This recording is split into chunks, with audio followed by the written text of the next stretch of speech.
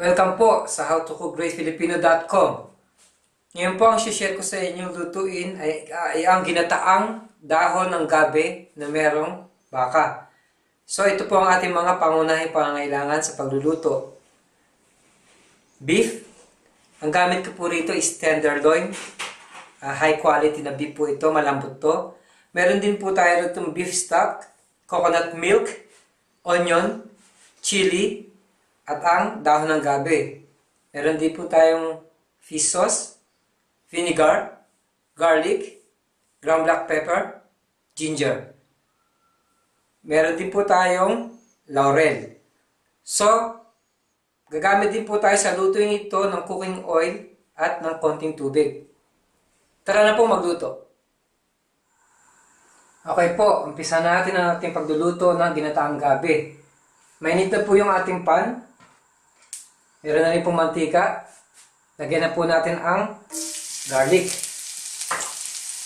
Sabay na rin po ang ginger. Haluin lang po natin. Now, isama na rin po natin ang red onion.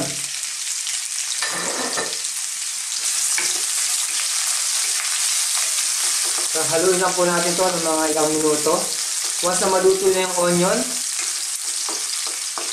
i-add na natin ang ating beef.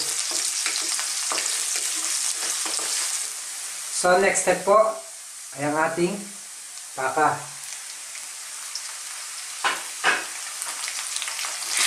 Haluin po natin.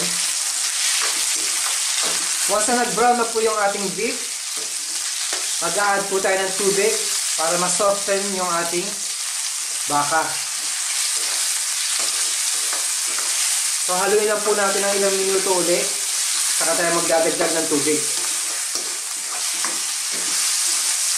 So, okay po, medyo nag-brown na yung kulay ng ating beef. So, magdadagdag po tayo ng tubig para lumambot yung ating beef. Isimmer natin siya ng mga ilang minuto. Maximum 20 to 25 minutes para lumambot po yung ating beef.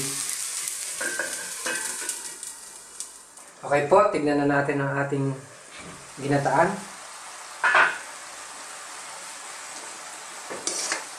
So, pinakulaan po natin yung beef ng more than 30 minutes. So, malambot na po siya. Almost matuyo na po yung tubig. Lalagyan na po natin yung beef stock.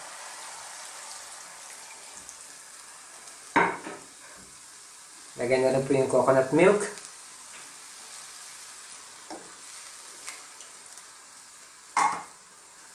Ang laurel. Ang sili. Cocoa vinegar. Ang patis. At ang paminta. So, haluin po ulit natin. Again, simmer po uli natin siya ng mga 5 minutes bago natin i-add yung ating dahon ng gabi. Once na ma-drop natin yung dahon ng gabi, pwede ko na po siyang i-present sa table sa inyo. Tingnan na po natin. Ito na po, pupunta na tayo sa last stage ng ating pagluluto. So, ilalagay na natin ang dahon ng gabi.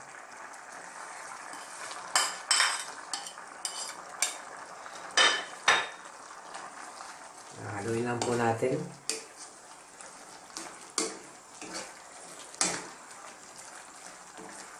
Maximum po na 4 minutes, pwede na po siyang i-serve. At takpan lang po uli natin. Tapos, ipe-present ko na sa inyo sa table. So, okay po. Ito na ang ating ginataang dahong gabi na merong baka. Salamat po muli sa panonood ng howtocookgreatfilipino.com. Mabuhay!